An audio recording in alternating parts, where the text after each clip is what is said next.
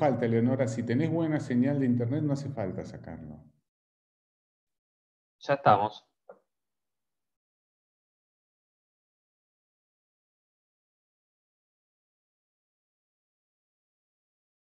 Bueno, hola a todos. Agradezco la presencia de todos por la web.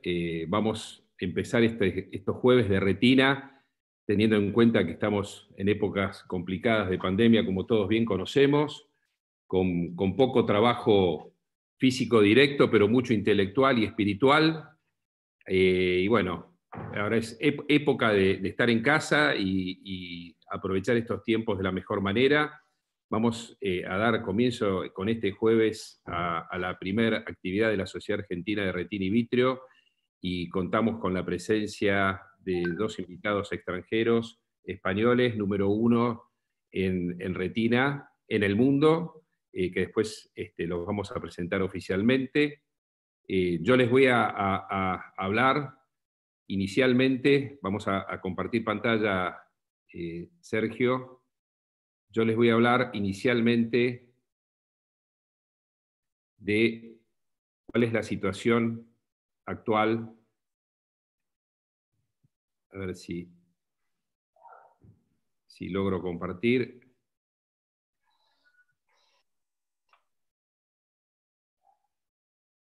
¿Aparece bien? No. ¿No aparece? No, no se ve. No. Espérate.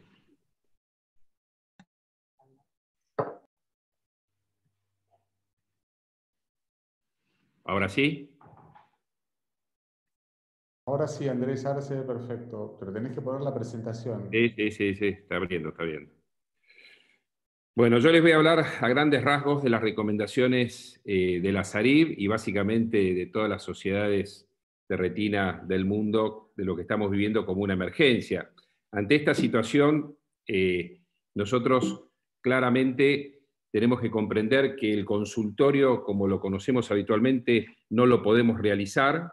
Es, digamos, punto número uno, el cuidado nuestro y cuidado de la población. Por lo tanto, nos referimos a tratar solamente emergencias, siendo aquello que padezcan patologías que los puedan llevar a la pérdida irreversible de la visión, como el trauma ocular, ya sea con ruptura o cuerpos extraños, endoftalmitis, desprendimientos de retina con o sin mácula aplicada, desprendimientos coroideo hemorrágicos, hemorragias en el vitrio en ojos únicos, hemorragias subfoveales dentro de las 2 semanas de haber presentado disminución o pérdida de la visión. En los casos donde haya una retinopatía de prematuro en curso, ya sea por la realización de antiangiogénicos con crio láser asociado o separado, presión ocular elevada a más de 40 milímetros de mercurio que no responde al tratamiento médico, asociado a glaucoma neovascular o presencia de aceite de silicona, exceso de gas o mala dilución, un glaucoma maligno o complicaciones de alguna cirugía de catarata que va generando esta situación. Con respecto a lo que es degeneración macular relacionada a la edad, del tipo exudativo, lógicamente la seca nosotros al paciente lo diferimos absolutamente, pero si sabemos que hay una exudación, por supuesto, tratar la membrana vascular activa en pacientes de ojo único, considerando esto con posibilidades de extender si ya el paciente está en esta etapa, ¿no? Si ya tiene las 3 dosis iniciales de carga, saber que lo podemos extender un poco más con respecto a lo normal, y por supuesto evaluando cada caso en particular y siempre remitiéndonos un poco a lo que nos dictamina el Ministerio de Salud de la Nación y asociado a las normativas de la OMS. Un poco estábamos hablando que nosotros en general ya venimos adelantado a lo que pueda darnos el Ministerio, es como que el sentido común nos va dictaminando la normativa que lentamente se va unificando en todo el mundo. Con respecto a qué puede ocurrir, como también nos mostró la Sociedad Panamericana de Retina y Vitro, con respecto al edema macular de origen vascular, también tratamiento en casos de afectación central de ojos únicos con una gran significancia clínica, y por supuesto los pacientes que ya vienen siendo tratados, considerar la posibilidad de prolongarlo en el tiempo, pacientes con uveitis con pérdida de visión abrupta y con dolor ocular, retinopatía diabética proliferativa sin tratamiento, sobre todo en pacientes de ojos únicos y tumores intraoculares malignos. Por lo tanto, las recomendaciones generales son básicamente que todos los pacientes que acuden a la consulta deben ser convenientemente evaluados, si es posible hasta evaluarlos telefónicamente previamente, mediante el triage, antes de acceder a la sala de espera. Se debe garantizar que en la sala de espera haya una correcta limpieza, que la espera sea de más de 2 metros de separación, que haya una extrema limpieza en consultorio y baños, sabiendo que la enfermedad es transmisible hasta el 1% de los casos a través de secreciones conjuntivales, por lo tanto se recomienda especial cuidado al examinar al paciente. Debemos tomar a todos los pacientes hoy día como si fueran COVID positivos, por lo tanto debemos extremar todos los cuidados, ya sea el uso de protectores oculares, el uso de máscara, N95 en lo ideal, si podemos con camisolín y guantes, que lo descartaremos después de la consulta, sobre todo teniendo en cuenta que el periodo de incubación es de 5 a 7 días. Por supuesto que tratar de, si tenemos que hacerle un fondo de ojo, utilizar el OBI, y si tomamos la presión, tratar de utilizar métodos que tengamos el tonómetro descartable, y si utilizamos gotas, tratar de hacerlo a distancia y en lo posible monodosis. Toda la consulta debemos siempre explicar y decirle al paciente que debe contestar a las propuestas o a las consultas nuestras, tratando en lo posible de no hablar. Rápidamente, un repaso de esta encuesta hecha por la SRS, ¿sí? La Sociedad Americana de Especialistas en Retina, donde publicada el 24 de marzo, que ya, como decimos, esto es día a día, y tal vez sea un poco antigua, pero en ese momento ellos que siempre hacen estos surveys que son internacionales también, en este caso llegaron casi a los 1000 colegas, de los cuales el 85% eran americanos, y se comentaba en esto que menos del 25%, como ven aquí, tienen prácticamente una consulta normal, el resto ya está sin consulta normal, considerando solamente la urgencia. ¿Qué nivel de los que están ya no trabajando más que en la urgencia tienen consultas telefónicas y potencialmente teleconsulta? Y bueno, la gran mayoría no tiene de estas consultas, son muy pocos los que tienen teleconsulta o consulta telefónica. Normalmente, ¿cuál es la política con respecto al uso de máscaras con respecto a los pacientes asintomáticos? Y si no vemos básicamente el porcentaje, que en general se trata de ofrecer máscaras, sobre todo en la parte internacional, que es como que fue un poco adelantada con respecto a lo que pasó a Estados Unidos. O sea, todos los pacientes que entran a la consulta se les suministra máscaras casi en un 50% en los internacionales. Si tenemos la posibilidad de usar en pacientes de alto riesgo en la oficina, ¿qué utilizar? Y bueno, la gran mayoría, como vemos acá, usan máscaras N95 o mascarillas quirúrgicas, anteojos, menor porcentaje delantales, y la gran mayoría, casi el 80%, en las dos respuestas, utilizan guantes. Lo que quiere decir que evidentemente el médico es el que primero se tiene que proteger. Y aquí vemos en esta pregunta 14, ¿qué pasaría si un miembro del staff está hospitalizado o con COVID positivo? ¿Qué normativa se tomaría con respecto al resto del staff del consultorio o de la clínica de trabajo? Y donde se ve claramente que en la primera pregunta, en la primera consigna, solamente el staff y médicos que estuvieron en contacto directo con ese COVID positivo se les daría 14 días de cuarentena, y el otro porcentaje, todos los médicos que han estado en ese momento con relación directa / indirecta, sobre todo en la respuesta internacional, que es la colorada, se le daría cuarentena. O sea, esto también es una cosa a discutir, porque si el personal estuvo en ambientes cerrados, por más que no estuvieran en contacto directo, se puede considerar que deambularon y respiraron el mismo aire. En definitiva, y para no sacarle tiempo a Rosy y Roberto, estamos ante una situación donde cambia totalmente nuestra práctica.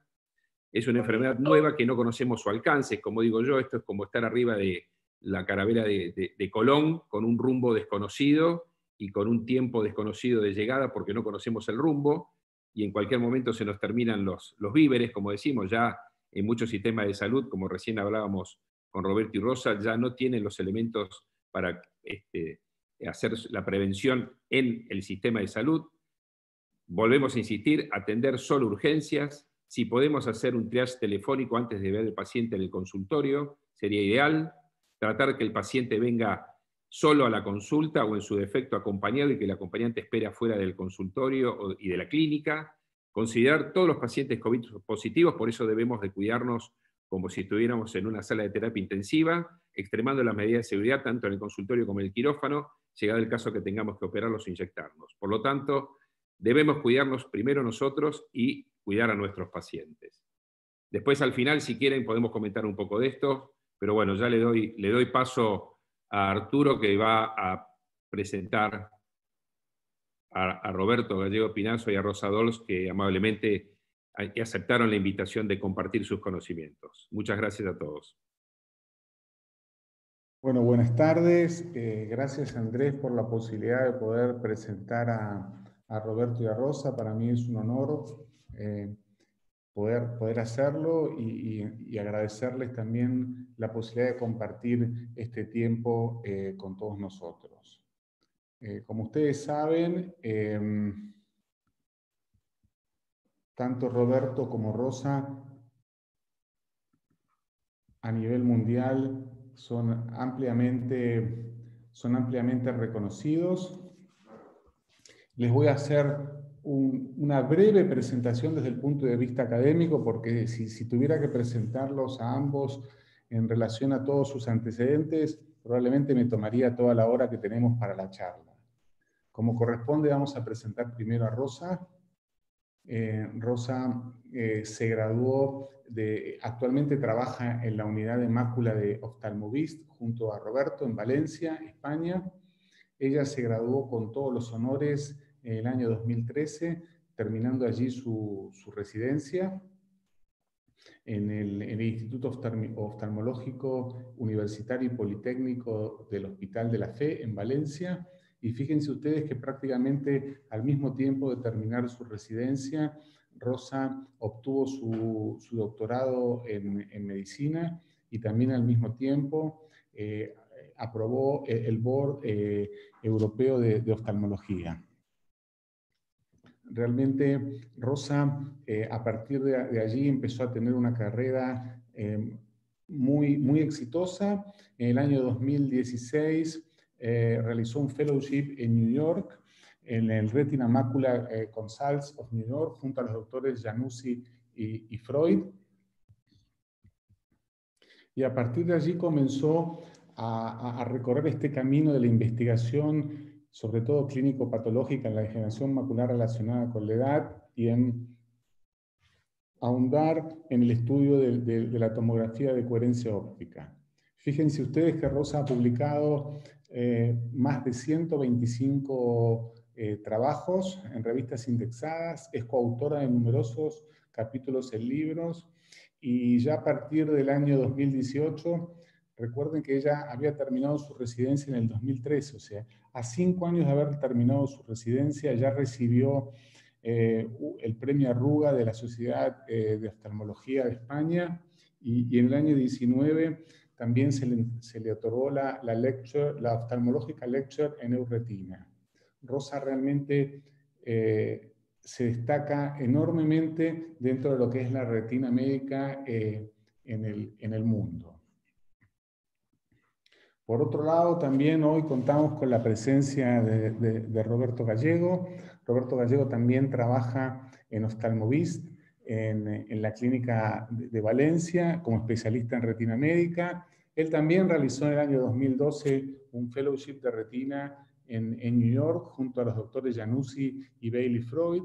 Y fíjense que Roberto ha intervenido como investigador principal en más de 30 ensayos clínicos, y a la fecha tiene más de 200 publicaciones indexadas. Forma parte del grupo PACORES y es miembro de numerosas sociedades científicas. Actualmente lo consultan los laboratorios Novartis, Rocher, es speaker de BLOS, Heidelberg, Horus Pharma, Indo, Novartis, Novo Nordisk, Boehringer, Cineo. O sea, realmente Roberto está al frente de los principales ensayos clínicos hoy en el mundo, y es consultado por por todos los laboratorios. Esto, de una otra manera, fue una pequeña introducción desde lo académico, pero en la vida no todo es académico. Y para aquellos que no los conocen todavía, me parece importante destacar que Roberto y Rosa son marido y mujer, están casados desde el año 2015, y me parece importante destacar que entre ellos existe una admiración y un respeto mutuo. Ambos dos son líderes en lo que hacen y cada uno ocupa un lugar respetando el lugar del otro, ¿no? Pero por otro lado también ellos tienen otra gran virtud, es que ser grandes amigos de sus amigos. Y yo me considero un gran amigo de ambos. A Roberto lo conozco desde hace mucho más tiempo que a Rosa, pero creo que ellos tienen esa virtud y este año tuvimos, como ustedes pueden ver, la posibilidad de contar con ellos en nuestro curso anual de la SARIP. Fue un placer haber compartido con ellos estos días. Y nada, agradecerles nuevamente su presencia y dejo entonces el webinar en manos de Eleonora y de ustedes para que comiencen con el mismo. Nuevamente, gracias.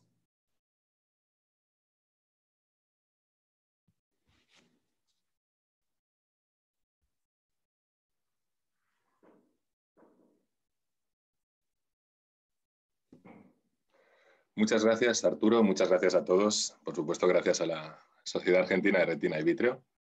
Como tú muy bien decías, yo hubiera resumido todas esas mentiras que has contado, sobre todo de Rosa, de una manera más sencilla, ¿no?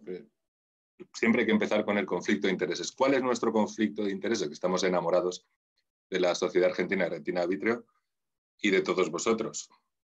Supongo que no de manera igual en función del género de cada uno, pero al final siempre es un gusto participar de la ciencia y de la amistad tan entrañable que tenemos desde hace tanto tiempo.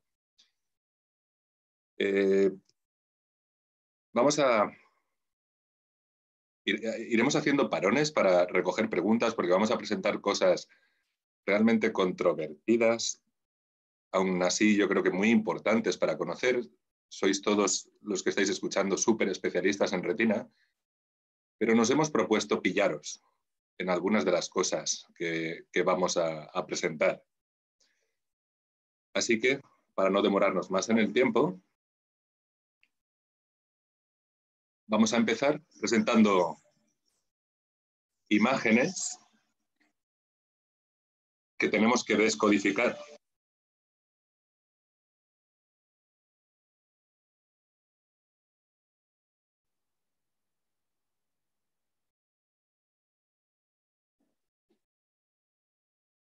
Y lo primero que vamos a ver es engrosamiento en la retina. Estamos acostumbrados a ver engrosamientos en la retina a nivel de patología vascular y normalmente estos engrosamientos van acompañados de esos espacios quísticos característicos que generalmente tratamos con antiangiogénicos. Pero existen otros engrosamientos en la retina que se pueden dar en este contexto que se acompañan de esa hiperreflectividad característica en la OCT. Esta hiperreflectividad puede afectar tanto a las capas internas como medias de la retina o puede afectar simplemente a las capas medias de la retina. Y es importante la OCT estructural en este contexto, ya que nos permite completamente diferenciar estos dos aspectos. Estamos viendo en el caso de la izquierda una oclusión de rama arterial que va a afectar tanto a los plexos superficial como al profundo, y en el caso de la derecha estamos viendo una PAM, una maculopatía media aguda paracentral, que va a afectar solo al plexo profundo, por tanto una hiperreflectividad de las capas intermedias. Pero hay otras veces que las imágenes de OCT nos pueden hacer dudar, como en este caso vemos que la parte del haz papilomacular, la parte nasal a la fóvea, tiene una hiperreflectividad que no la presenta la zona temporal a la fóvea. ¿Por qué se produce esto? Pues simplemente estamos viendo un corte oblicuo de esa OCT. Lo que estamos visualizando ahí es la capa de fibras de Henle que se separa en esa tomografía de la visualización de la capa nuclear externa. Normalmente la capa nuclear externa y la capa de fibras de Henle no la podemos diferenciar, la vemos como una capa hiporreflectiva, pero en algunas situaciones, debido a cambios en la dirección del scan, ópticamente esas fibras de la capa de Henle sí que son visibles, como estamos viendo en la zona nasal a la fobia. Y otras veces tenemos una hiperreflectividad que va a estar localizada en las capas más internas de la retina. Pero esta hiperreflectividad no es homogénea, porque si nos fijamos con detalle, vemos una ligera línea más hiporeflectiva en el centro, y esto corresponde realmente a algo que si vemos el fondo de ojo al lado, sabemos distinguir perfectamente. Estamos viendo simplemente un corte transversal a través de un vaso. Todas estas imágenes son fácilmente diagnosticables si analizamos con detalle esas imágenes tomográficas. Y vamos a ir un poquito más allá. De nuevo, vemos en este caso que variando en la dirección del scan de la OCT, la visualización de la capa nuclear externa y de la capa de fibras de Henle va a ser diferente. En el scan de arriba, la capa de fibras de Henle es visible en la parte temporal, es decir, a la izquierda de la pantalla. En el scan de abajo, la capa de fibras de Henle es solo visible en la parte nasal a la fóvea, a la derecha de la pantalla. Vemos una ampliación aquí y vemos que la capa de Henle se ve a veces dependiendo y variando esa dirección del scan. También lo podemos hacer variando el haz, la entrada del haz a través de la pupila, moviendo un poquito la cámara cuando estamos obteniendo la OCT. Y otras veces vemos aquí la correspondencia anatómica de los cuerpos nucleares de los fotorreceptores que corresponden a la capa nuclear externa y vemos la capa de fibras de Henle, que es la que podemos visualizar simplemente cuando variamos la dirección del scan. Y vemos a veces que esto puede ser un poquito más complicado. Por ejemplo, en esta paciente sana, que es remitida para la valoración, es una paciente ligeramente miope, agudeza visual del 100%. Vemos que el fondo de ojo es completamente normal, la autofluorescencia también. Vemos ampliada la fóvea en el ojo izquierdo y vemos la OCT a nivel central en el ojo izquierdo. Si os fijáis, estamos acostumbrados a ver 4 líneas hiperreflectivas a nivel de la retina externa que corresponden a la capa limitante externa. Luego veríamos la línea de interdigitación y la línea de los elipsoides y luego veríamos la línea del EPR. Pero en este caso también aparece una quinta línea hiperreflectiva que no sabemos bien distinguir qué puede ser. Y si nos fijamos en esta paciente, en realidad lo que estamos viendo es un corte de la capa de fibras de Henle, pero que justo en el centro solo veíamos como una fina línea. Tenemos que tener cuidado, por tanto, en estos pacientes ligeramente miopes que pueden presentar un estafiloma inferior y hacer un scan no solo horizontal, sino oblicuo si tenemos dudas de si puede ser esta visualización de la capa de fibras de Henle. Y vemos de nuevo que al cambiar la orientación de ese scan, pasamos a ver una hiperreflectividad, como veíamos antes, en un lado del scan que desaparece en el otro lado, en este caso superior e inferior. Y de nuevo esa reconstrucción que muestra la presencia del estafiloma.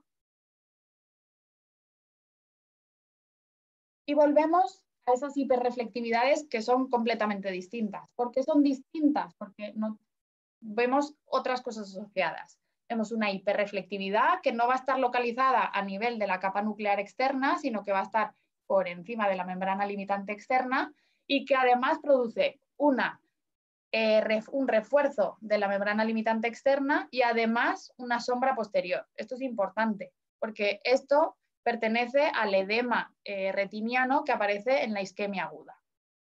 Esta isquemia aguda se puede visualizar en casos asociados a PAM, que además sabemos que conforme pasa el proceso isquémico agudo van a tener como consecuencia un adelgazamiento de esas capas medias de la retina.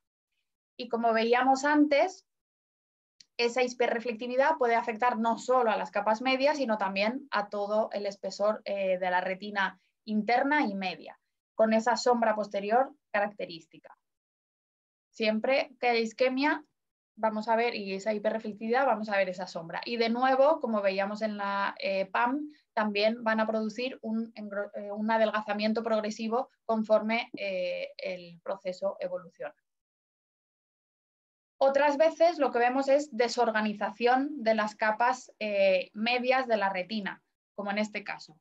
En este caso lo que estamos viendo es zonas, en este paciente diabético con proliferación panfotocoagulado, zonas de isquemia focal a nivel del plexo profundo que nos van a dejar esos adelgazamientos puntuales o focales a nivel del plexo profundo y se ven como pseudoengrosamientos de la capa nuclear externa.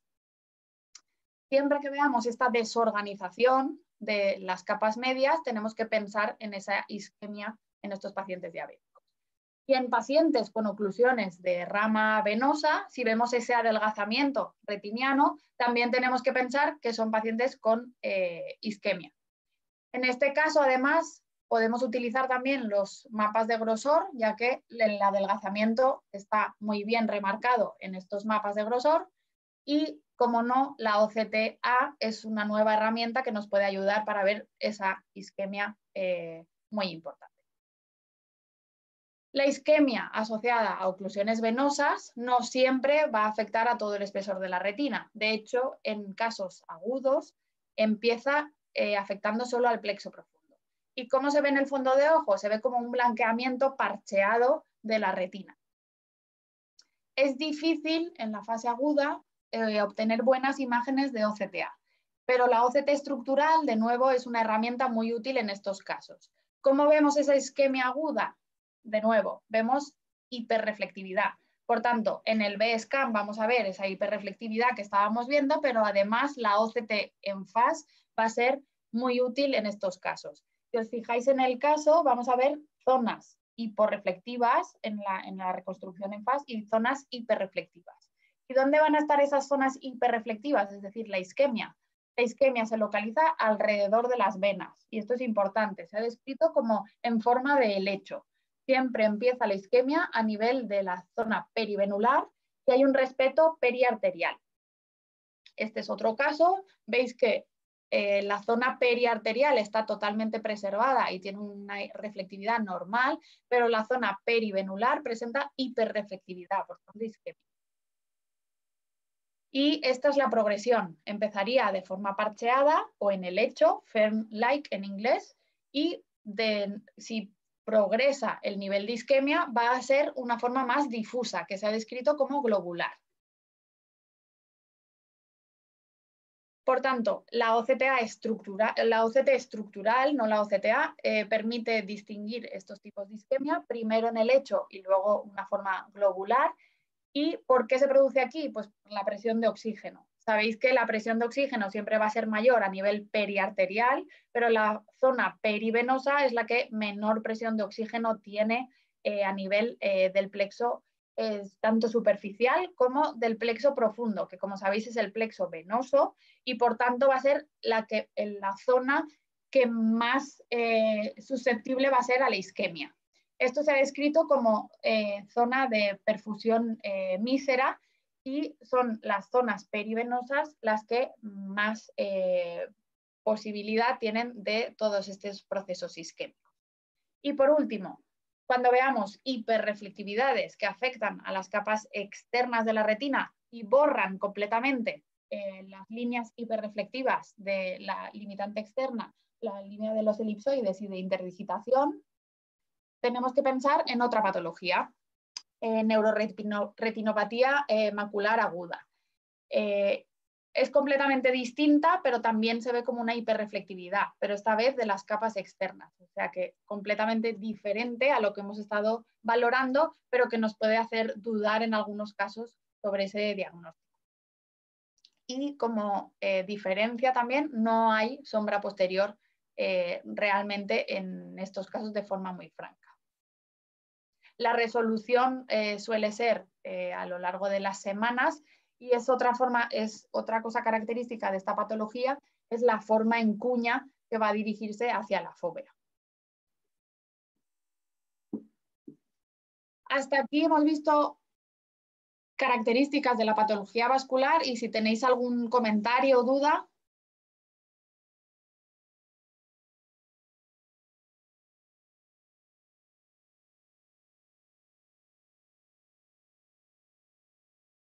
Muy interesante, Rosa. Yo estoy siguiendo todos tus comentarios y te quería hacer una consulta. Más que nada, las fotos que mostraste son de cuadros obstructivos vasculares en el estadio agudo. Muchos de estos hallazgos deben quedar bastante como secuelares cuando el episodio pasó hacia las 4 y hacia las 6 semanas que el edema se reabsorbe. ¿Me detallarías, porque quizás no vi todos los episodios agudos, cuáles son los hallazgos finales, no del episodio agudo, sino cuando digamos, el edema se reabsorbe?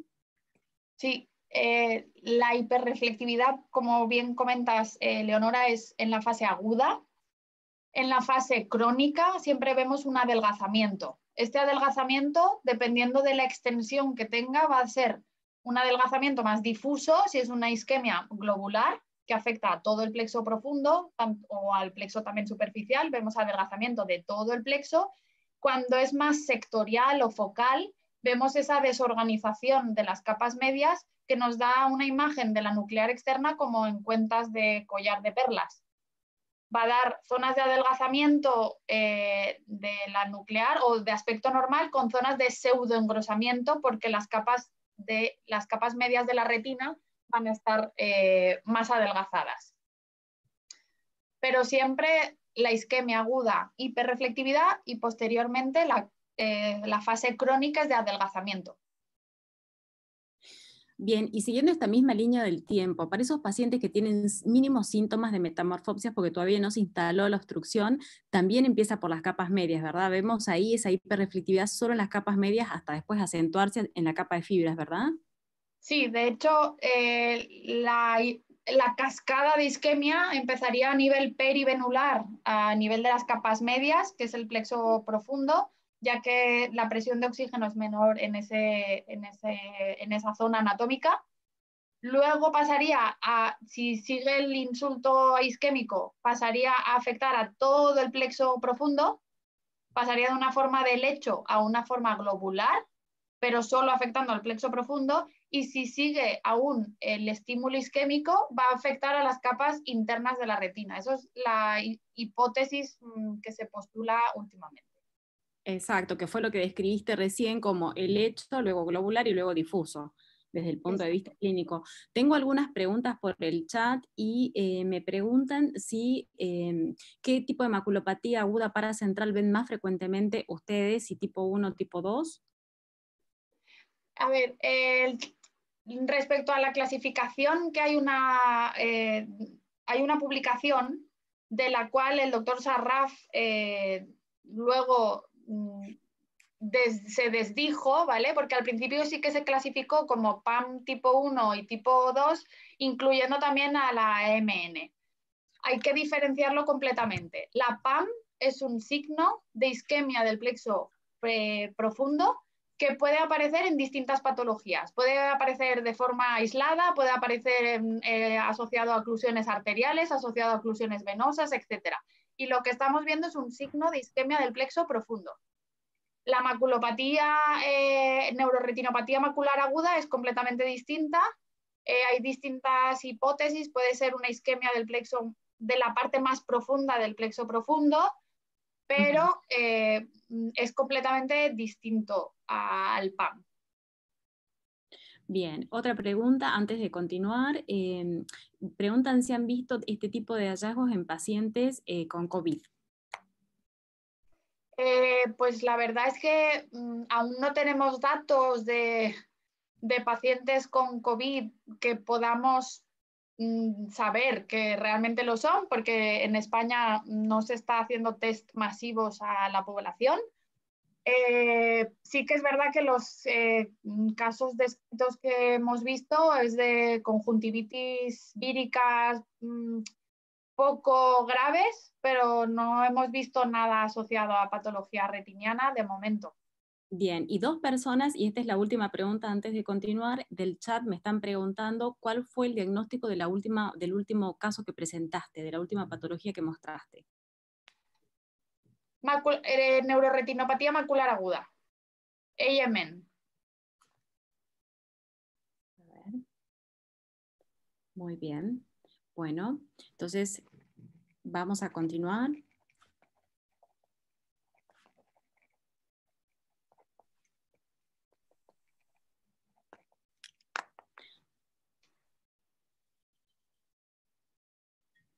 Perfecto. Pues obviamente lo complicado tenía que presentarlo Rosa. Yo voy a presentar cosas algo más sencillas. Por ejemplo, esto. Vamos a dar un tiempo, porque yo creo que esta OCT se podría decir que es patognomónica de toxicidad por cloroquina. Y esa OCT lo que estábamos viendo era el típico signo del platillo volante descrito años atrás. Permítame que vuelva a la OCT. Esta paciente llevaba 5 años haciendo revisiones anuales con oftalmología.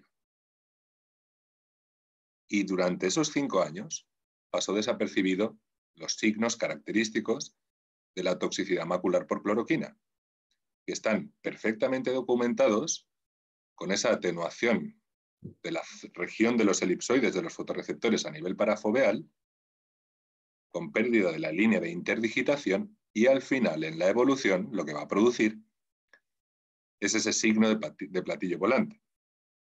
Así que, además, dado que la cloroquina, la hidroxicloroquina, es uno de los potenciales tratamientos que han demostrado ser efectivos en pacientes con neumonías por coronavirus, prestemos mucha atención a la OCT. La OCT anticipa el problema incluso al campo visual. Y la OCT la podemos hacer perfectamente cada vez que el paciente se presente.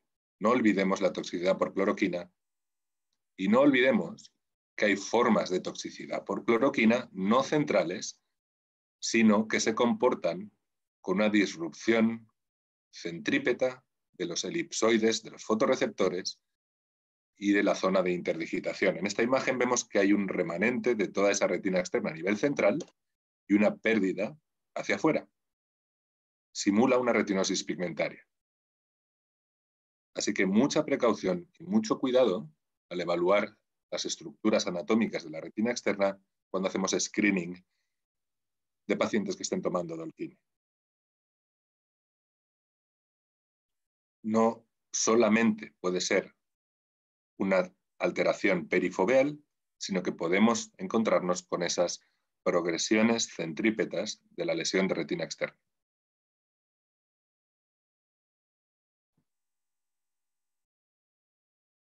Cambiamos de tercio. Esas dos OCTs están centradas en la fobia del paciente, solo que no hay fobia. Si hacemos una OCTA en este caso, obviamente vamos a encontrar vasos sanguíneos, porque el tejido de la retina interna que queda por encima de la capa nuclear externa, en este caso, va a tener vasos sanguíneos. A efectos, por ejemplo, de cuantificación, esto es muy importante tenerlo presente, y en aquellos pacientes que presenten una fobia plana, como es este caso, tengamos mucho cuidado a la hora de interpretar la OCTA. La fobia plana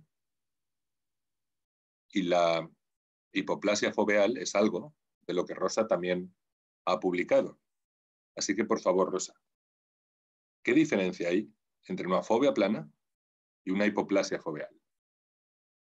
El término fobia plana se introdujo para quitar la parte negativa de hipoplasia foveal. Hipoplasia foveal normalmente tiene que tener una pérdida funcional, es decir, hay un aplanamiento de la fobia, pero además el paciente no ha desarrollado la visión al 100%, y sin embargo la fobia plana es simplemente una variación anatómica, pero funcionalmente estos pacientes consiguen agudezas visuales completamente normales.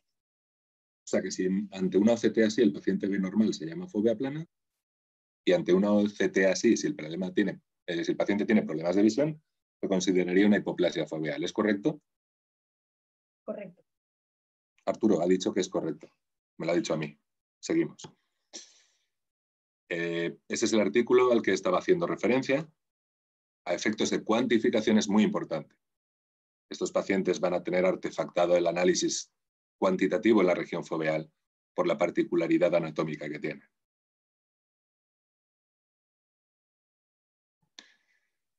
Cambiamos de tercio. Qué sencillo es reconocer el problema estructural de esta paciente. Una paciente que ha estado peregrinando por distintos centros, quejándose de dificultad para la lectura en su ojo. No solo tenemos que ser excelentes a la hora de analizar la OCT macular, tenemos que ser excelentes e instruir de manera excelente a quienes vayan a capturarla, porque todo el mérito de este diagnóstico reside en los técnicos, optometristas o especialistas en imagen que estén capturando la imagen y que vean ese cambio estructural. Esto, por consenso, se conoce como defecto foveal de fotorreceptores. Lo más sencillo es pensar efectivamente que sea secundario a una patología traccional, a una tracción vitreoretiniana. Pero como muchos estáis pensando, no es solo ese el origen de los defectos foveales de fotorreceptores. Si prestamos atención a la retina más hacia interna, en la capa nuclear, vemos todo ese punteado hiperreflectivo en un paciente que tiene un defecto foveal de fotorreceptores, pero que experimentó un traumatismo fototóxico con un puntero láser. Los punteros láser pueden producir efectos foveales de fotorreceptores. Estructuralmente, en estadios ya establecidos, es muy complicado diferenciar esto de una tracción vitreomacular. Pero vemos que el vítreo, en este caso, está perfectamente adherido con una bursa premacular formada. No puede ser un fenómeno de tracción vitreomacular, y en la anamnesis, el paciente nos contó que efectivamente había tenido una experiencia con un puntero láser en un partido de fútbol.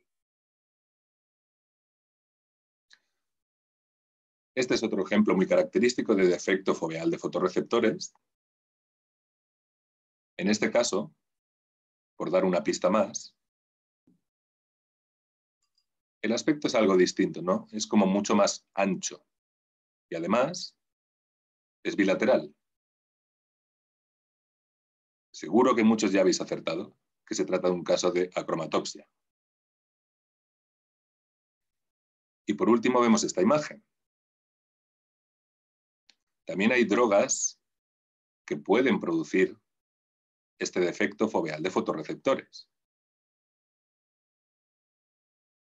Esto se produce en pacientes que consumen poppers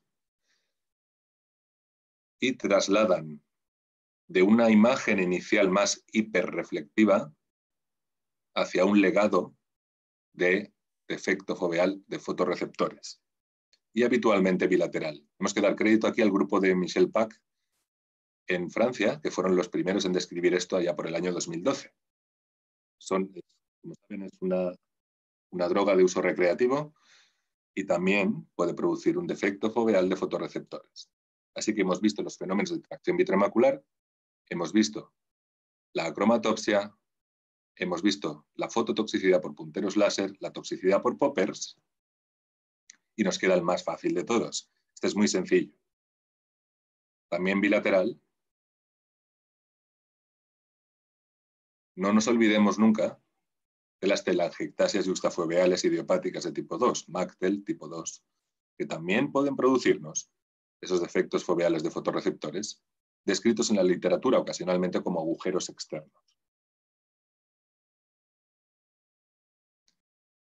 Tracción, fototoxicidad, acromatopsia, poppers y MACTEL como ejemplos que con mayor frecuencia podemos encontrar de un único signo tomográfico, el defecto foveal de fotorreceptores.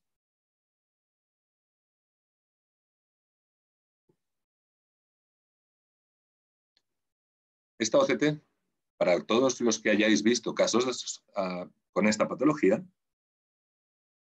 ya tenéis que haber reconocido de qué se trata. Fijaos qué rara está la retina interna, tanto en un ojo como en el otro.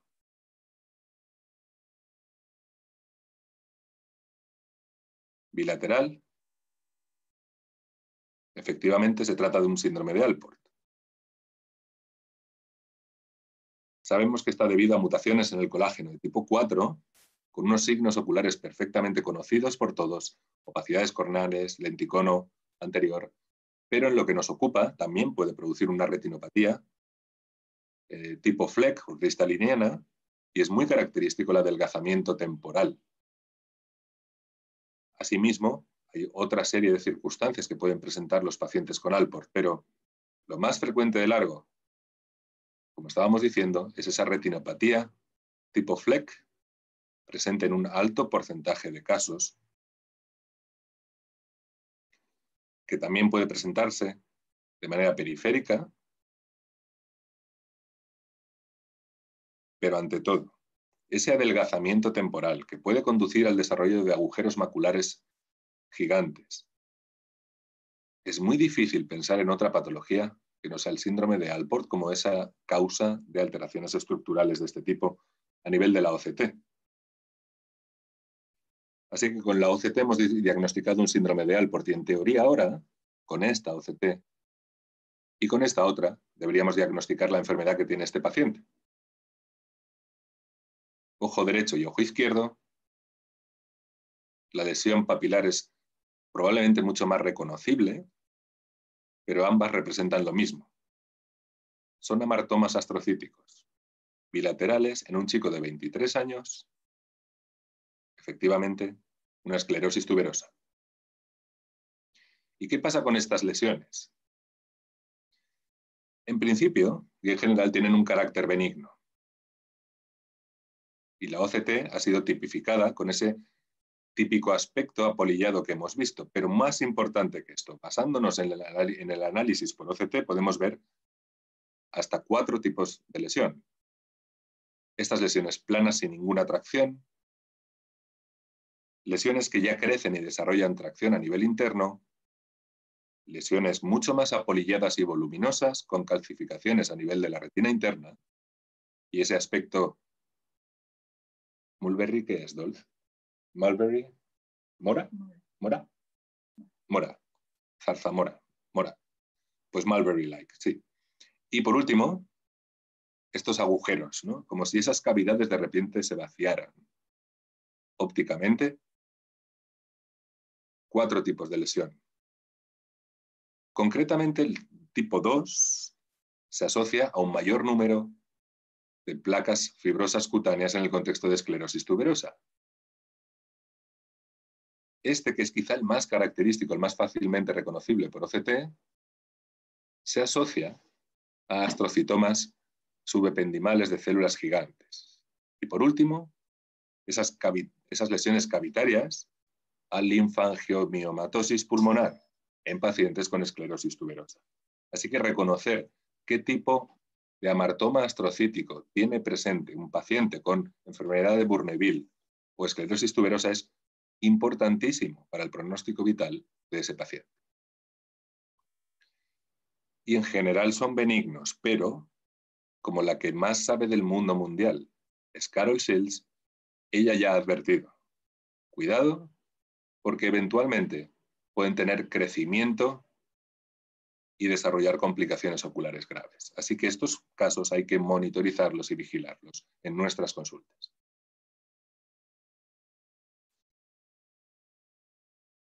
Muy característico el fluido subretiniano. Si estuviéramos hablando con cirujanos de segmento anterior, obviamente no pasaríamos de aquí, pero estamos hablando con gente de retina que es muchísimo más inteligente y muchísimo más formada. El fácil es el de arriba. Vamos a meternos en el de abajo. Por ejemplo, el primero de ellos. Esta OCT también es patognomónica, característica, y todos los que hayan tenido un caso de este tipo ya reconocen el diagnóstico. Este diagnóstico es el de foseta, de nervio óptico, un optic pit. Mención histórica, en memoria del fallecido Harvey Linkoff. Estos gráficos fueron desarrollados por él hace muchísimos años. Y esta es la OCT que estamos presentando. Mérito para él, en un trabajo junto con el doctor Januzzi, por ser capaces de dibujar con lo que veían mediante oftalmoscopía lo que ahora analizamos con OCT. Pero esa esquisis y ese comportamiento en la región foveal central es absolutamente característico de la foseta de nervio óptico.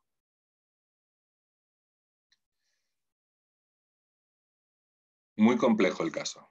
Solamente quienes hayan visto uno de estos va a reconocerlo.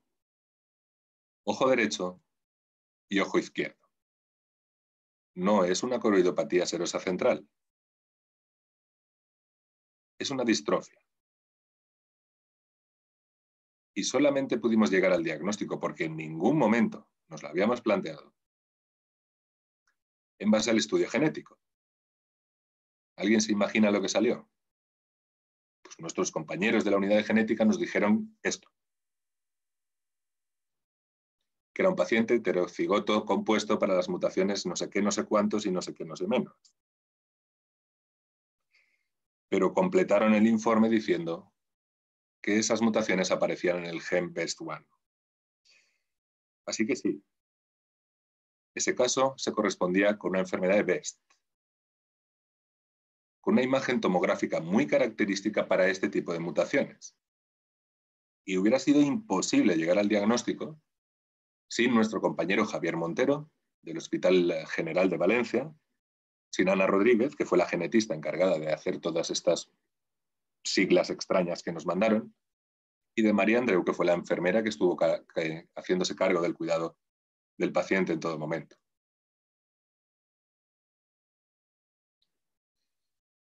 Y aquí vemos también una coroidopatía serosa central. Eso sería para un cirujano de segmento anterior. No, no es eso, porque ahí arriba, ¿qué estamos viendo ahí arriba, Rosa?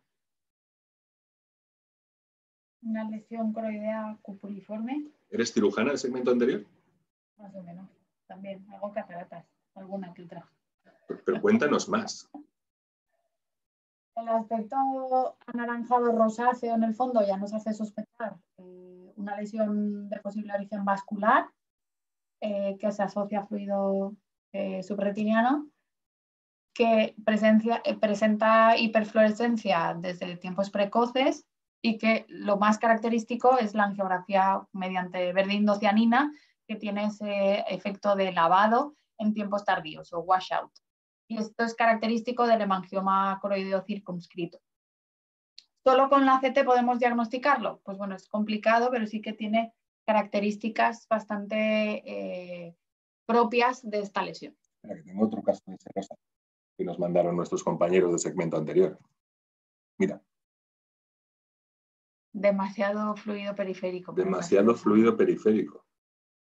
Pues nosotros que somos retinólogos y buscamos cosas siempre, encontramos esto ahí. ¿Eso es un hemangioma? No. ¿No es igual? No, porque tiene, en vez de ser cupuliforme, la estructura de la LPR tiene como olas. Y ahora veremos que esas olas es bastante característico de otras lesiones. Sí que es verdad que haya una lesión coroidea con tanto fluido nos tiene que hacer pensar siempre en que puede ser una metástasis y hacer un estudio sistémico. Pues yo creo que tienes que introducirnos algún dato más respecto al análisis tomográfico de estas lesiones.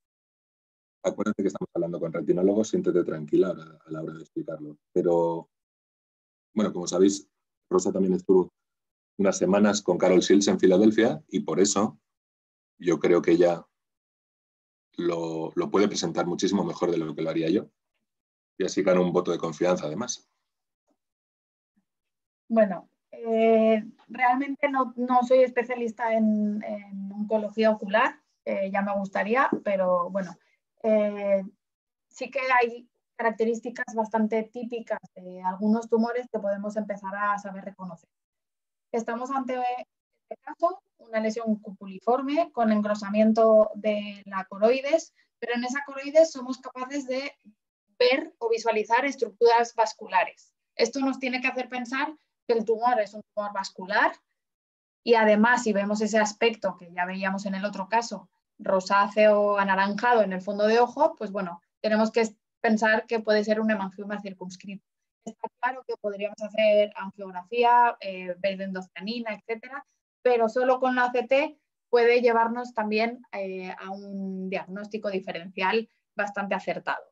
Las lesiones del hemangioma circunscrito, como decía, son cupuliformes, la coriocapilar suele estar respetada y son lesiones con los bordes bastante poco definidos. Muchas veces no podemos diferenciar, salvo por ese engrosamiento, la zona del tumor respecto a la coroides sana.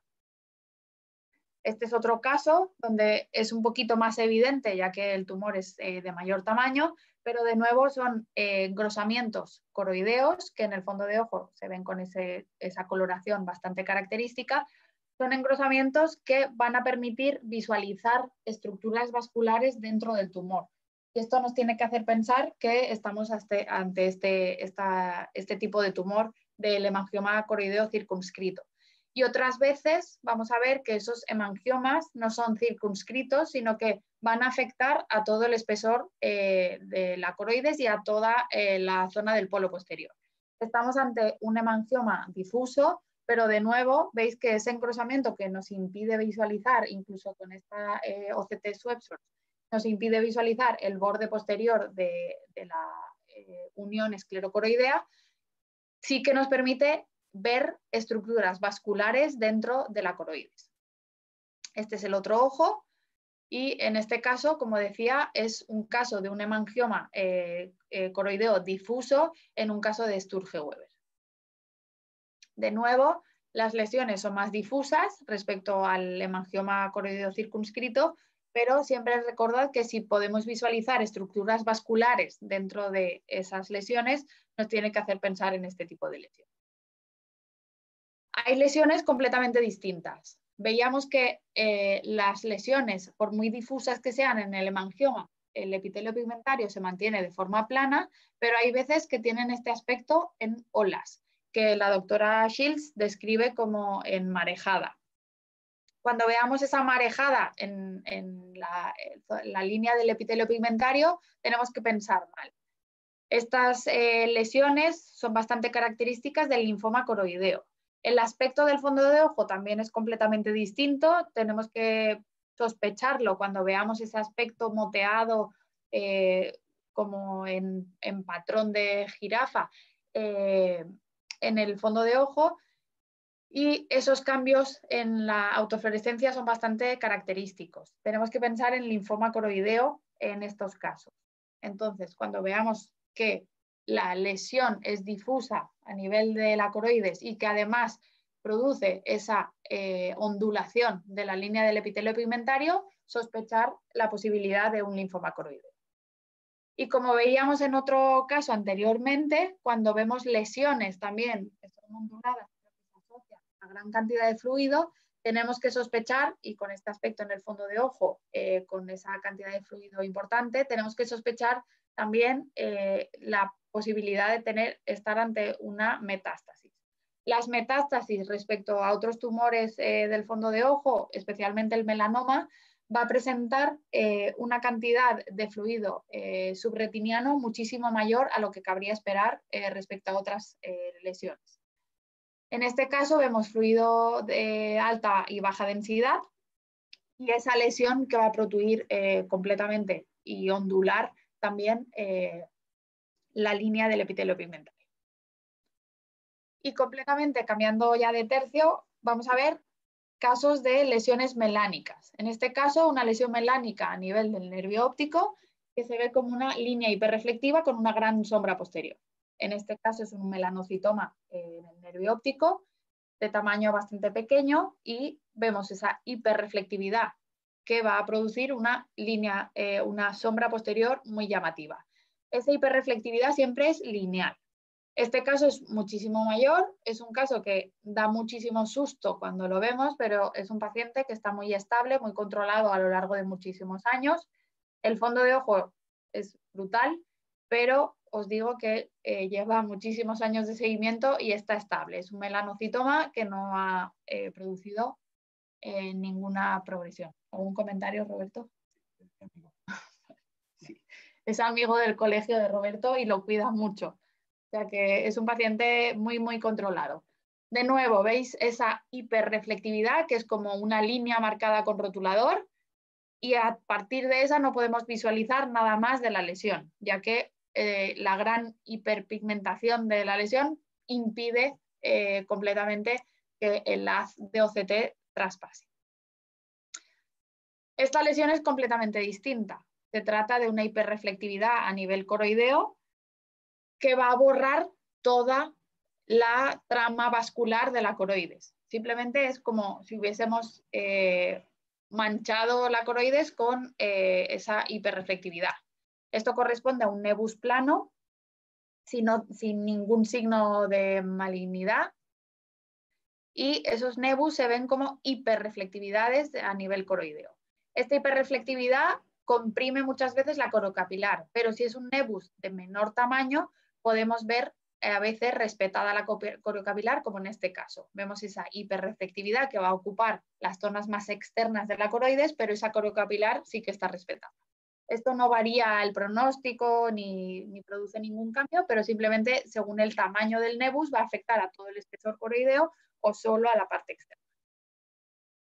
Y este sería otro caso donde vemos una hiperreflectividad. Es más difícil de ver ya que la coroides en este caso es muy adelgazada, pero sí que vemos esa sombra posterior que corresponde a esta lesión melánica en el fondo de ojo asociada a drusas, que como sabéis es un factor que nos tiene que hacer pensar que es de buen pronóstico, y vemos esa hiperreflectividad en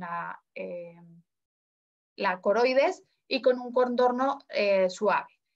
Y esta es la última lesión tumoral que vamos a ver, completamente distinta. Es una lesión hiperreflectiva, pero no tan hiperreflectiva como los nebus, de hecho no produce esa sombra posterior, y vemos que está completamente circunscrita.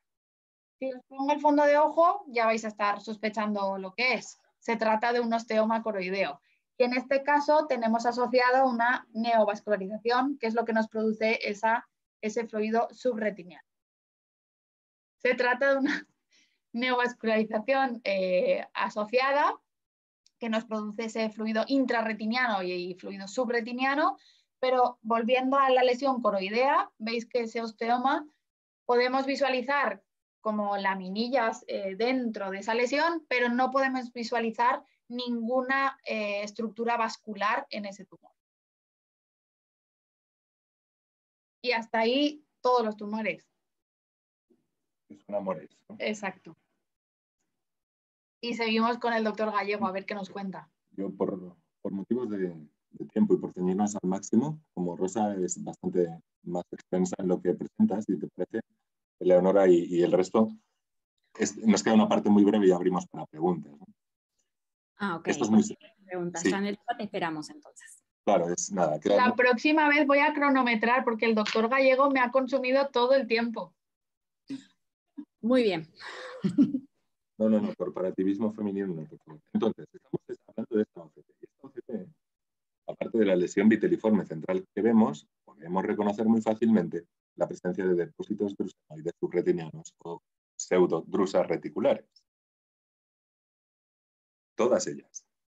Recordemos que hay distintos estadios.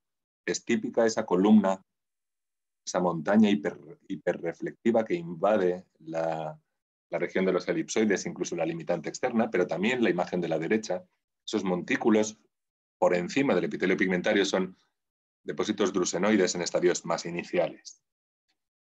Es muy importante reconocer su presencia porque son un factor pronóstico de evolución a degeneración macular avanzada, como conocemos, con un alto valor predictivo de manera independiente y al margen de todo el resto de signos.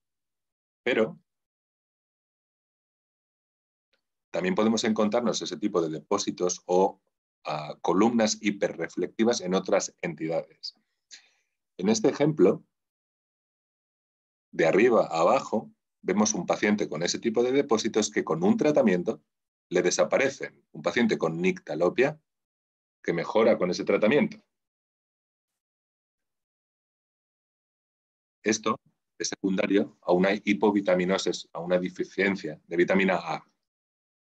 Y característicamente también se pueden ver estos depósitos. Así que, moraleja, cuando veamos depósitos drusenoides subretinianos en gente relativamente joven o que se queja mucho de dificultad para la visión en condiciones de baja luminosidad, no perdamos de vista la posibilidad de que se trate de una hipovitaminosis A, porque es la única causa que podemos revertir con un tratamiento.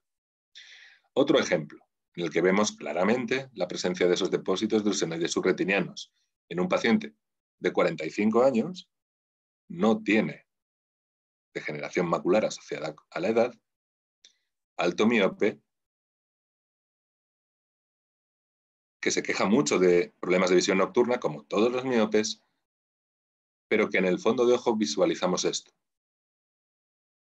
Estos depósitos similares a las drusas reticulares, estos depósitos subretinianos hiperreflectivos, se extienden por toda la retina media, en este caso, compatible con un fundus albipuntatus.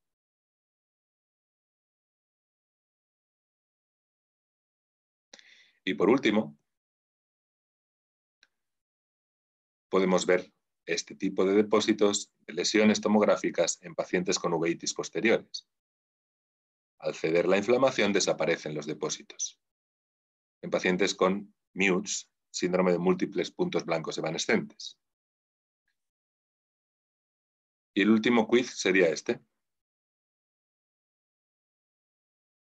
Eso es hoy y eso es en 15 días.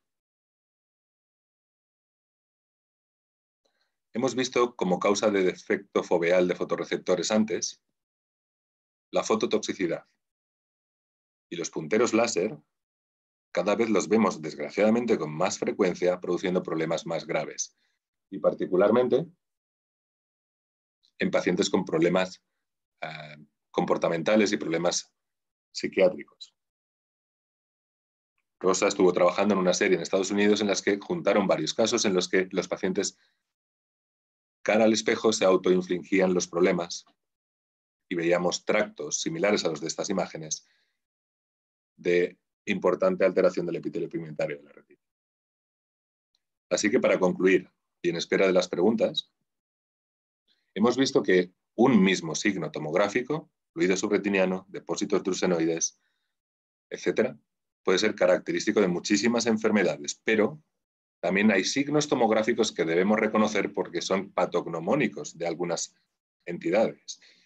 Incluso nos pueden permitir diagnosticar y predecir el comportamiento de enfermedades sistémicas. Y lo más bonito de todo es que nos va a permitir poder salvarle la vida a pacientes que consultan por pérdida visual. Pues hasta aquí la presentación de casos raros o complejos y si os parece abrimos el tiempo que consideréis para estar lo máximo posible con todos vosotros. Gracias, Eleonora, por habernos asistido en todo momento durante estos días atrás. Por supuesto, Vivi, muchísimas gracias.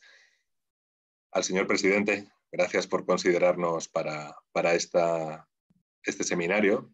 Y a nuestros amigos, Arturo, Marcelo, Joaquín, Andrés, todos, muchísimas gracias por esta oportunidad. Gracias. Muchas gracias. Gracias a Roberto ustedes.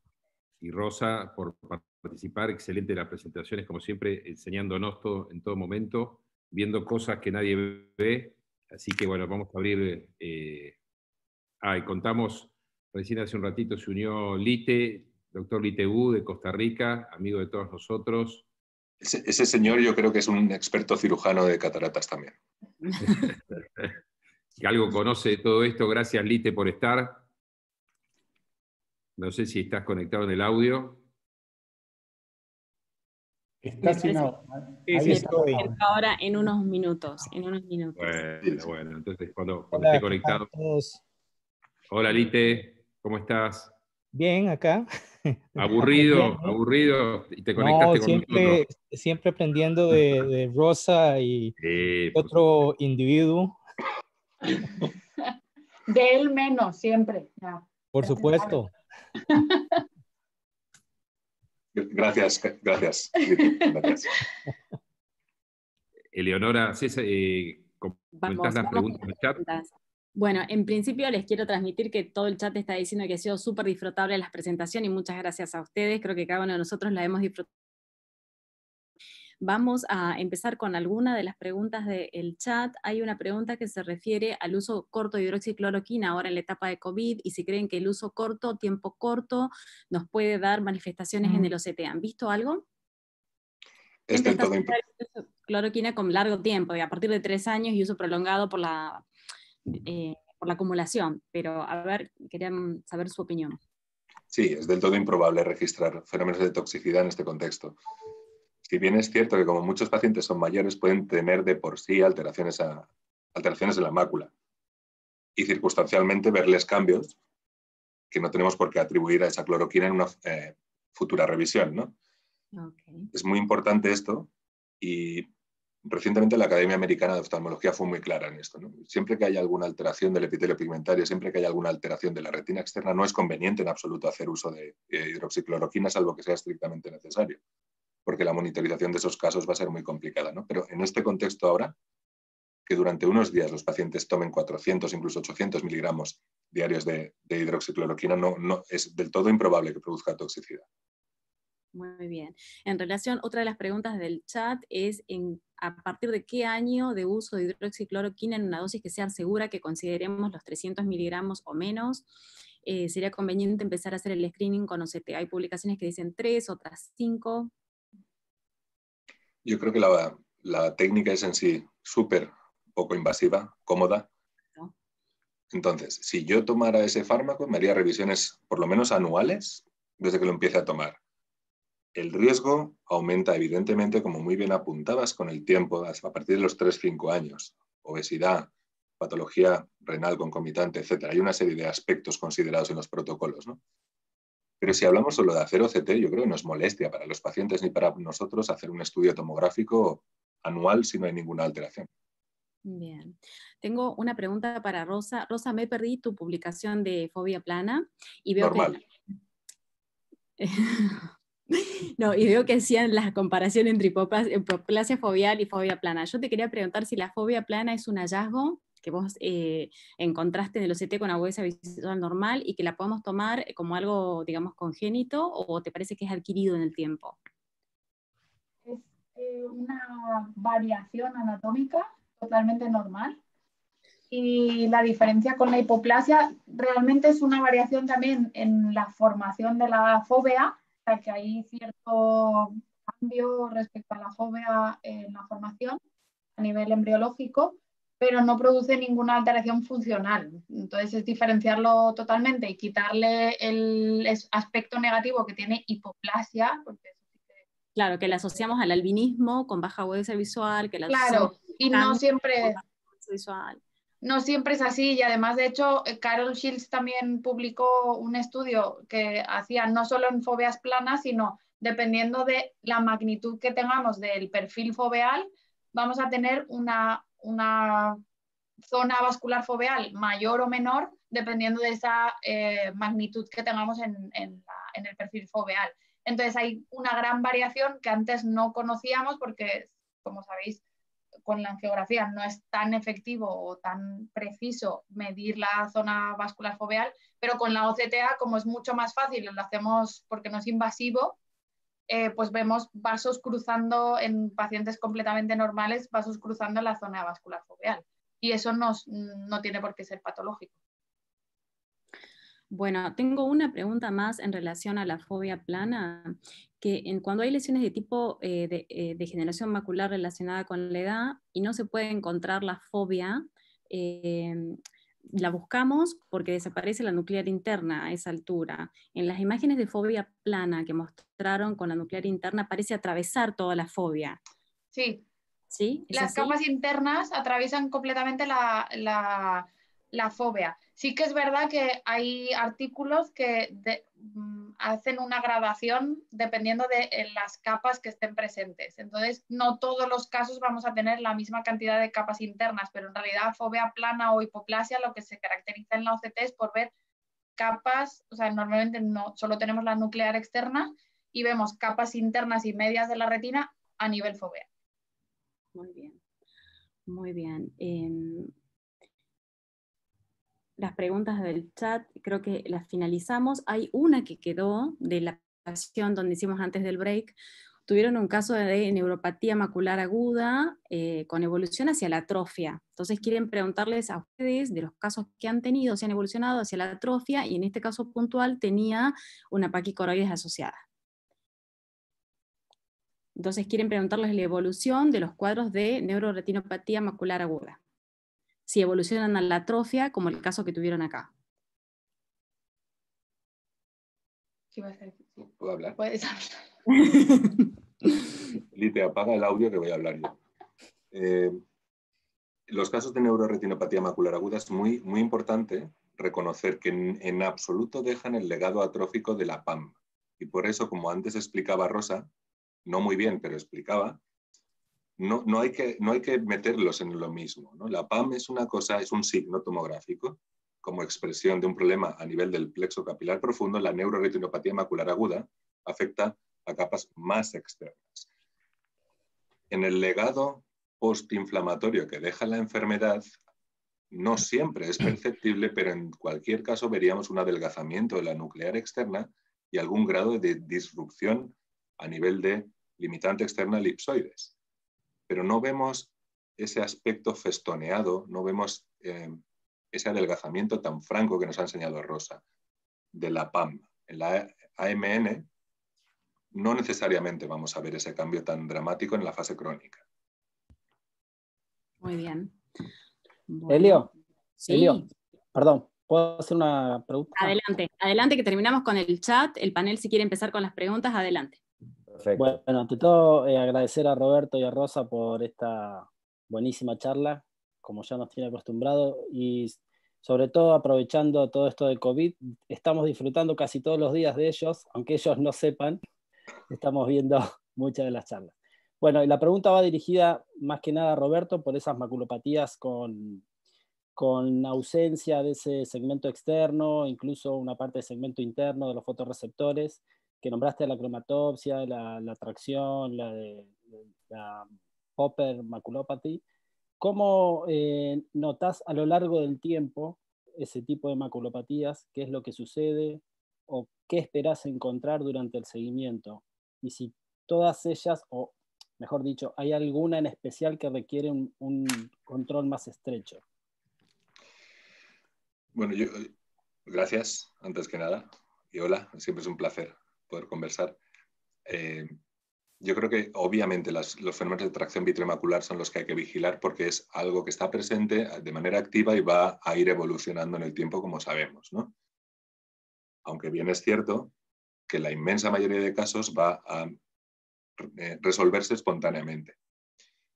Y en mi experiencia y en los casos que yo he visto, ese es la única excepción donde es reversible el defecto foveal de fotorreceptores, cuando hay una atracción aguda, que la vemos, se libera la atracción y entonces la retina vuelve a su sitio y el defecto foveal de fotorreceptores sella. En los fenómenos de fototoxicidad eso no va a producirse. En la cromatopsia, más que ser derivado de cualquier cosa, es propio de la neurodegeneración que caracteriza a esta enfermedad hereditaria, ¿no? Entonces, no va a mejorar el defecto foveal de fotorreceptores, si se puede hablar de este término en esos casos, en ningún momento. Hablábamos también de poppers. Realmente el doctor Wu es muchísimo más experto en este tipo de circunstancias de lo que pueda ser yo. Pero en esos casos, en función del grado de inflamación aguda de esa columna hiperreflectiva, cambios hiperreflectivos subretinianos que acontecen en la fase aguda, en las publicaciones sí que hay casos de recuperación. Así que el hecho de detectarlo primero explica al paciente por qué, por ejemplo, cuando lee no ve determinadas letras, porque eso asocia evidentemente un escotoma central. El paciente puede ver cuál es su problema y lo entiende perfectamente de inmediato. En cuanto a la evolución, depende un poco de lo que estábamos hablando, ¿no? Pero es una pregunta súper pertinente para la que yo no tengo una contestación definitiva. Vaya. Escuchemos la opinión de Lite. ¿Qué quieres que diga, Arturo? Todo ya lo ha dicho Roberto. Pues con respecto a lo que, no sobre esta pregunta, pero tal vez la última pregunta sobre AMN. En realidad, AMN es una enfermedad bastante rara y eso lo diferencia, digamos, del PAM. Yo he visto 2 casos y en ambos casos ninguno se ha visto atrofia. Y creo que los casos que se han reportado en la literatura tampoco se ha visto atrofia. Tengo un par de preguntas del chat y si quieren intercalamos más comentarios.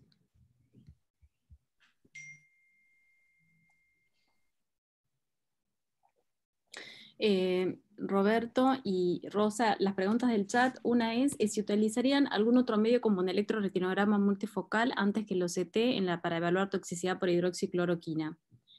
¿Consideran que el OCT es más sensible o creen que están a la par o uno arriba del otro en la detección? Yo, aplicando el sentido práctico, ¿no? Yo creo OCT tenemos todos. Exacto. Y electroretinograma multifocal no todos. Yo se lo he pedido a mi jefe muchas veces, pero me ha dicho que él no es Papá Noel. Entonces, no ha sido posible. Ok.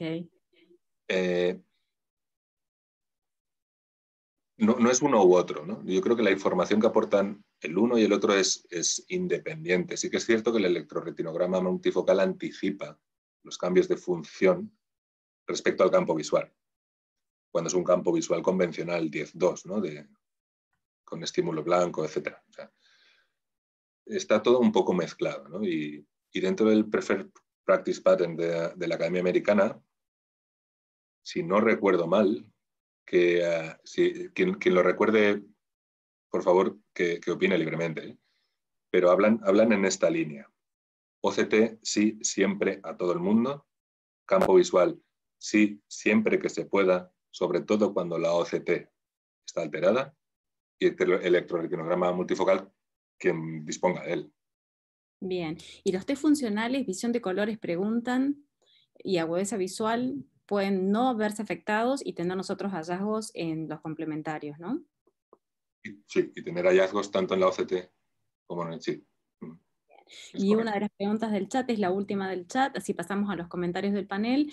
En caso de que haya hallazgos en el OCT por toxicidad por hidroxicloroquina, ¿en qué momento se decide rotar? Creo que para un especialista de retina es medio inmediatamente la suspensión, si es posible, por la patología del paciente, pero preguntan tu opinión. Pues mi opinión es la misma. Sí, okay. Por supuesto, no, esto sí que es muy buena pregunta. Yo creo que viene en este sentido, ¿no? O sea, ¿el oftalmólogo tiene que suspender el tratamiento? La respuesta es no, bajo ningún concepto. El oftalmólogo tiene que emitir un informe súper concreto diciendo que ya hay toxicidad, que esta toxicidad va a progresar aunque suspendan ya el tratamiento y que si continúa el tratamiento, obviamente, irá a peor todo, ¿no? Pero hay que saber la patología de base, porque la hidroxicloroquina muchas veces se está utilizando en lupus. No podemos suspender un tratamiento por lupus porque el riesgo vital es muchísimo mayor a que pierda visión. Entonces, bueno, explicárselo bien al reumatólogo, pero ellos ya saben perfectamente de la existencia. Exacto. Que muchas veces están limitados en otros fármacos que puedan irles bien a los pacientes. Claro, y bueno, y hay pacientes que también no quieren dejarlo. Como el de la... Claro. Perdón. Y amplían aquí las preguntas por el chat en cuanto a test de contraste, autofluorescencia, campo visual. Sí, todo. Sí, todo. Pero la OCT tiene unos cambios estructurales que son súper característicos. Y ante la duda, hacerle todo lo que tengas. Bien, hay una pregunta del chat que van surgiendo y por eso voy demorando a los panelistas. Dicen, no mencionaron en la presentación, pero si podrían diferenciar el diagnóstico de PVAC de macroneurisma. ¿De PVAC y de microneurisma? Pues es un espontáneo. Es un espontáneo que se ha colado, ¿eh? Eso no, es un súper especialista que está participando desde el chat de YouTube. No lo tenemos en el panel, pero me está pasando preguntas, por eso yo las voy transmitiendo. Uy, bueno, tramposo. A ver. Sí. Microneurisma. Macroneurisma. Macroneurisma arterial puede estar asociado, o sea, bueno, en OCT veríamos una dilatación de la pared arterial. Normalmente es en vasos de mayor tamaño a la que pueden presentar en los PVAC, y los PVAC normalmente están descritos a nivel perifoveal. Entonces, normalmente se pueden asociar o no a cambios exudativos. Por eso se llama, o sea, PVAC es Perifoveal Exudative Anomalous Complex, Vascular Anomalous Complex, o sea, complejo avascular anómalo perifoveal exudativo, y el exudativo está entre comillas, porque hay casos donde hay exudación y líquido alrededor, o sea, fluido intrarretiniano y exudación lipídica alrededor de esa lesión aneurismática, y hay veces que no. Vemos simplemente un aneurisma aislado. Esos aneurismas son de menor tamaño y en vasos de menor calibre que los macroaneurismas arteriales. No sé si ha quedado claro, porque es que como no hemos hablado de eso hoy. Y yo añadiría, ¿cómo diferencias un microaneurisma de gran tamaño de un PVAC? Bueno, es que al principio había entendido microaneurisma porque eso es lo que yo diferenciaría más. Los microaneurismas normalmente van asociados a patología vascular como un diabético o un síndrome isquémico ocular, etc. Un PVAC está asociado a patología tipo DMAE o en pacientes totalmente sanos. Okay. O sea que tenemos que, obviamente, descartar que haya una patología vascular. Si hay una patología vascular no podemos dar el nombre de PVAC. Muy bien, muy bien. Terminamos con las preguntas del chat por ahora, pasamos al panel. La doctora Gay quiere empezar con preguntas. Sí, hola. Bueno, buenas noches y muchas gracias por la presentación. Gracias, Ele. Y mi pregunta es la siguiente. Hay estudios recientes como por ejemplo el FLUID que nos hablan de la posibilidad de tolerar cierto líquido subretinal al momento de indicar una extensión en el tratamiento antiangiogénico de un paciente con maculopatía. Yo es algo que personalmente no tolero, pero bueno, quería conocer su opinión, la opinión del ITE incluso. ¿Ustedes tienen cierta tolerancia de líquido subretinal al momento de decidir extender un tratamiento? Yo con liti tengo una tolerancia que no te puedes ni imaginar. Con el fluido no. Estoy de acuerdo con tu planteamiento. Yo creo que hemos entrado en una estrategia más comercial que otra cosa. No tiene ningún sentido pensar que el fluido subretiniano ejerza un papel protector de la retina externa, porque si no todos tendríamos fluido subretiniano. Yo no creo que el camino sea tolerar fluido. No obstante, todos sabemos de pacientes que a pesar de un tratamiento cada 3 o 4 semanas tienen fluido persistente. Si no podemos quitarlo es una cosa, que sea buena es otra. Exacto. Muchas gracias. Nos quedan 8 minutos y nos queda todavía el panel la doctora Pozzoni que quiere hacer unas preguntas. Hola, bueno, muchísimas gracias por la presentación, la verdad que es un placer, una presentación excelente. En realidad, bueno, primero un comentario sobre la presentación, me sorprende la cantidad de fenotipos diferentes que tiene el gen de BEST, en el caso que presentaron, que hicieron el análisis genético. Por otro lado, nosotros acá en Argentina no tenemos muy poco acceso a la indocianina green. Bueno, el signo de doble capa es un signo que se ve mucho en las paquicoroideas. ¿Qué experiencia tienen ustedes si podríamos, no digo reemplazar, pero tratar de dirigirnos hacia ese tipo de enfermedades cuando vemos ese doble signo en la OCT? Y bueno, tengo un comentario más, pero si quieren primero contestarme eso. Sí, yo creo que respecto al diagnóstico de paquicoroides, sí que es verdad que el verdiindocianina es una herramienta útil, pero con la OCT estructural, una autofluorescencia y el fondo de ojo, yo creo que podemos totalmente diagnosticar este tipo de patología. No tenemos tanto que fijarnos en el grosor coroideo, sino en la característica que tiene esa coroides. Lo que vamos a ver es dilatación de los grandes vasos coroideos, y lo que creo que es bastante útil en la actualidad es la OCT-A, la OCT-angiografía, ya que ese signo de doble capa que comentabas, que es tan característico de la neovasculopatía paquicoroidea, nos va a permitir en las OCT-A diagnosticar con muchísima más precisión respecto a la angiografía clásica en la presencia de neovascularización en estos desdoblamientos del epitelio pigmentario. O sea que yo creo que aunque no tengamos acceso fácil al verde indocianina, no es una limitación en este contexto de patología paquicroidea, ya que podemos diagnosticarlos totalmente con OCT. Yo creo que Roberto está proyectando una imagen de paquicroides. Vemos que, en efecto, es rápido. En efecto, el grosor coroideo en este paciente no es muy elevado, pero vemos una dilatación llamativa de un vaso coroideo a nivel por debajo de ese desdoblamiento del epitelio pigmentario, lo cual nos tiene que hacer sospechar que es una enfermedad paquicroidea.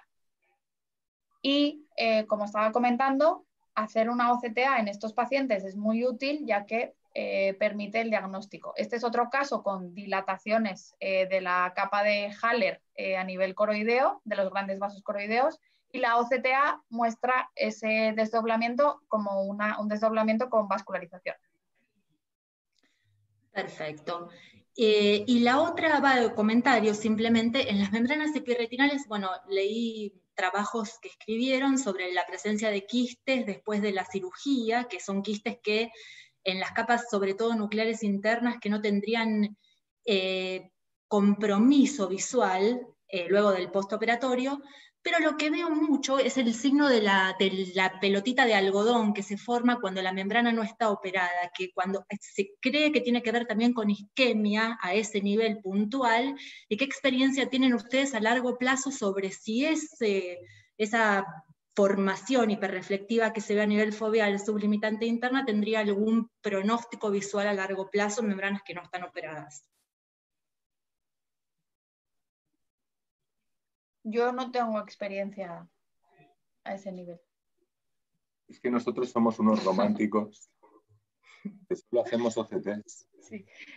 El paper que está refiriendo es un paper que escribí con Stanley Chang, y la presencia de quistes en sus manos, que no son las manos de todo el mundo, no tiene repercusión. La verdad es que si has revisado el paper, las visiones de los pacientes operados de Stanley Chang son absolutamente brutales. La recuperación visual era de 20-20 en casi todos los pacientes. No sé si eso es... Bueno, no, están a la par, porque el ITE también tiene esas visiones, pero yo tengo la experiencia con Stanley Chang y las visiones eran muy buenas en ese paper.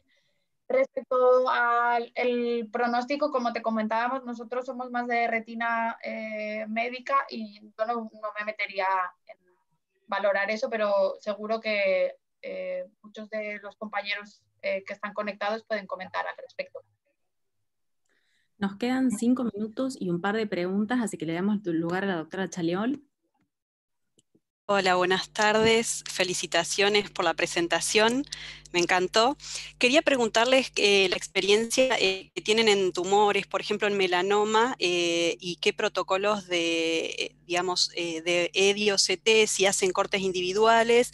Y bueno, quería saber un poquito más de la experiencia que tienen al respecto. Bueno, yo creo que hay que personalizar mucho según el tipo de lesión.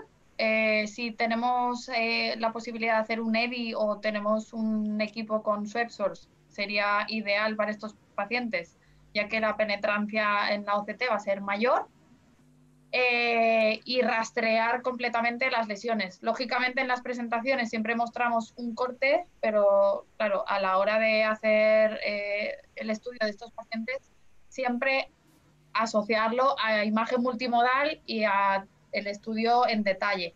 Y no solo utilizamos OCT, también se utiliza ecografía, ya que esto nos va a dar el pronóstico. Totalmente. Aunque sabemos que la ecografía siempre va a hacer una sobreestimación del grosor respecto a la OCT. Si queremos ver el grosor más de forma detallada, utilizaremos la OCT, pero los datos que tenemos de la gran cantidad de casos que han tratado, por ejemplo, el grupo de los Shields, están basados en ecografía, o sea que no podemos dejar de utilizar esta herramienta.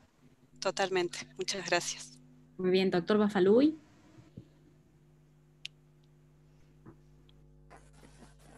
Ahí está silenciado. ¿Ahí me escuchan? Ahora sí. Gracias por participar una vez más, cada vez que la solicitamos en la sociedad, brillantes. Mi pregunta se asocia a una pregunta que recién hacía Carolina Pozzoni. Ustedes mostraron claramente un angio-OCT con una membrana neovascular en un OCT estructural paralelo que solamente mostraba un signo de bicapa o el SAIR. La pregunta es, ¿qué conducta toman ustedes con esos pacientes y qué opinan acerca de los que dicen algunos de ese efecto beneficioso que podría llegar a tener esa membrana neovascular en los pacientes que lo padecen? Te dejo hablar. Es que si no me riñes. Joaquín me tiene aquí callado. Me voy a ir a regar las plantas. Súper buena pregunta. En el caso concreto que estábamos presentando, a raíz de la pregunta de María, era en el contexto de paquicoroides. Entonces, pacientes con paquicoroides es excepcional que desarrollen atrofia del epitelio pigmentario de la retina, que al final es lo que estamos hablando, ¿no? De prevenir el desarrollo de RORA, de atrofia completa del epitelio pigmentario de la retina y de la retina externa. Si nos movemos al ámbito de la degeneración macular, yo creo que tenemos una amplia evidencia de que las lesiones neovasculares de tipo 1, que son como las de las neovasculopatías paquicoroideas, protegen todo el entorno suprayacente del epitelio pigmentario de la retina. Y hilándolo con lo de Gabriela antes, ese tipo de lesión protege el epitelio pigmentario y favorece que el paciente preserve mejor visión y produce fluido subretiniano, que es característico de las lesiones de tipo 1. Entonces, los cirujanos de cataratas podrían pensar, como hay fluido, la retina está protegida. No, como hay una lesión de tipo 1, el epitelio pigmentario de la retina está protegido. Y de manera secundaria, eventualmente aparece fluido subretiniano. O sea, es la lesión de tipo 1, como tú muy bien dices, la que ejerce un absoluto papel protector frente al desarrollo de atrofia. Las lesiones de tipo 2 tienen del orden de 5 veces más riesgo de desarrollar atrofia. Las lesiones de tipo 3 tienen del orden de 8 veces más riesgo que una lesión de tipo 1 de desarrollar atrofia del epitelio pigmentario. Así que yo pienso que sí. ¿Estás de acuerdo? Sí. Está de acuerdo conmigo en que pueden ejercer un efecto protector innegable. Sí, sí. Bueno, hay una pregunta del chat para ya terminar con las preguntas del chat. ¿Qué equipo de OCT manejan? Y le damos lugar al doctor Mauricio Martínez Cartier también a realizar la última pregunta. Tenemos 1 minuto o 2 para terminar. Perfecto, Spectralis. Listo. Vamos, Mauricio. A mí no siempre me dejan. Ah, viste. Yo también gasto cirrus y maestro. Muy bien. Mauricio, adelante con tu audio y con tu pregunta. Hola, buenas noches, buenas tardes para la gente de acá. Felicitaciones por la excelente presentación. Yo quería hacerle 2 preguntas cortitas. Una es si el caso que mostraron de alteración de Best era una bestrofinopatía autosómica recesiva o si se trataba de otro tipo de fenotipo. Esa es cortita. Sí, lo primero. Una vez, sí. Sí, que es muy infrecuente. Y la segunda para Roberto, tal vez, porque tuve la suerte de visitarte hace 2 años y... ¿2 años hace ya, Mauricio? Joder. Sí, 2018. Ver si cambió algo tu experiencia con el OCTA, si usas más, si estás más entusiasmado o si es algo que es un proceso... No he podido convencer aún del todo. No. Pero ya va algo más. No, yo creo, yo no puedo vivir sin mi mujer, no puedo vivir sin la OCT estructural y puedo vivir perfectamente sin la angio-OCT y eso para mí es válido a una fecha de hoy. Y todos podemos encontrar excepciones en las que el uso de OCTA nos puede ayudar, nos puede facilitar, nos puede lo que queráis. Pero con la OCT estructural bien interpretada y con cuidado, uno puede prescindir de la OCTA en el 99,9% de casos del día a día en la clínica. Yo he de recalcar que la OCTA no quita la OCT estructural. Entonces yo creo que en el futuro haremos OCTSA cuando todo vaya más rápido y el procesamiento sea mejor, haremos OCTSA y no haremos OCTs estructurales solo. Lo tendremos todo en uno.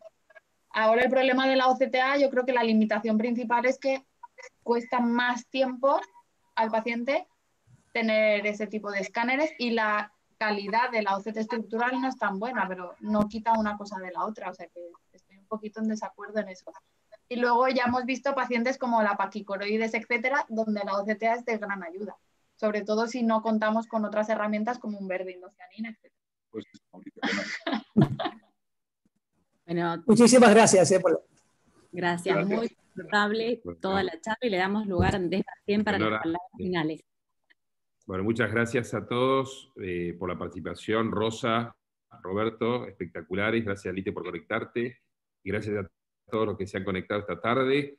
Espectaculares las presentaciones. Y simplemente decirles que todos los jueves vamos a tener actividades de la Sociedad Argentina de Retina y Vitrio. El jueves próximo tenemos el Ateneo. Tenemos que definir el horario, si va a ser a las 4 de la tarde o potencialmente a las 7, en base a los invitados extranjeros. Pero bueno, todos los jueves vamos a tener actividad de la Sociedad Argentina de Retina y le vamos a ir informando en la medida que se vaya concretando bien los speakers. Bueno, muchas gracias a todos y buenas tardes. Y buenas noches, Rosa y Roberto. Gracias por todo. Gracias a vosotros. Gracias. Gracias.